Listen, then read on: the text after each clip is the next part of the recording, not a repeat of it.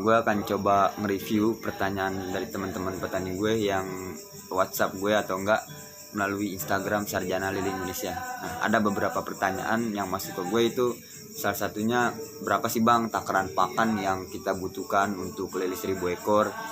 Terus juga, bang perlu gak sih aerator gitu kan untuk di kolam? Nah sekarang gini, kita bahas pakan dulu.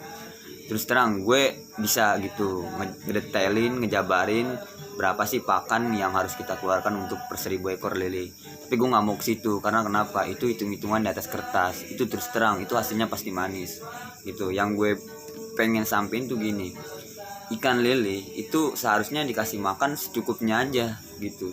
Jangan terlalu over dan jangan terlalu kurang. Nah karena kenapa? Kalau kita kasih pakan over, itu sisa peletnya itu bakal mendem ke dasar gitu.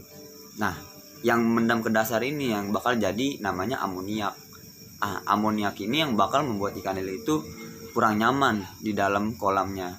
Jadi banyak lele yang menggantung itu diakibatkan dari pakan gitu.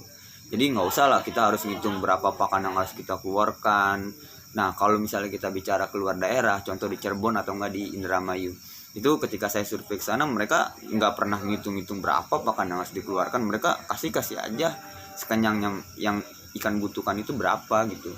Jadi nggak usah dihitung harus sekian, pecah kepala kita, karena setiap petani itu kolamnya beda-beda, kepadatan kolamnya itu beda-beda. Jadi nggak usah lah dihitung ke situ. Nah untuk masalah aerator, perlu gak sih aerator? Sebenarnya gini, aerator itu fungsinya itu untuk menambah oksigen terlarut di dalam kolam. Jadi ketika kita tebar dan kapasitas kolam itu tidak terlalu padat, nggak usah lah kita butuhin aerator.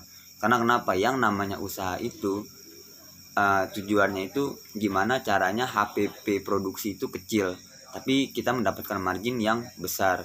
Jadi kalau banyak petani yang pakai aerator itu otomatis nambah HPP. Pertama apa? Kita harus beli aerator.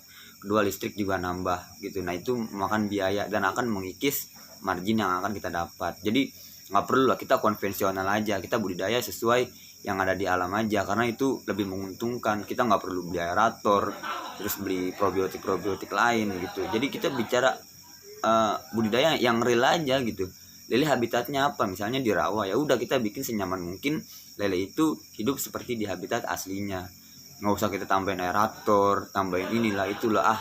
Itu menurut saya pribadi mah hanya menambah HPP buat produksi. Jadi akan mengikis margin yang akan kita dapat nanti. Gitu. Kita budaya yang real aja, yang sekiranya oh ini perlu ya udah kita pakai gitu. Tapi kalau untuk sistem bioflok itu pasti pakai aerator. Karena kenapa? Mereka budidaya lele organik. Nah, tapi kita nggak bicara ke situ, karena bioflok itu saya pribadi cerita sharing ke teman-teman yang lain belum ada yang sukses sampai sekarang. Walaupun bioflok dalam tanda kutip ada satu bioflok di Depok itu yang besar, dan itu mereka juga belum bisa berkembang, tapi mereka jualan produk gitu. Jadi bioflok itu terlalu banyak produk yang akan diaplikasikan ke dalam kolam, tapi hasilnya nihil gitu. Boleh dicoba ke bioflok lain, pasti hasilnya sama gitu. Saya berani ngejamin itu gitu. Jadi kita budidaya yang real aja, nggak usah yang terlalu ribet tapi kita nggak kuasai ilmu di situ gitu. Kita bicara ya udah konvensional aja, tapi kita menguasai ilmu di dalam bidang itu, dan itu akan menghasilkan margin yang lebih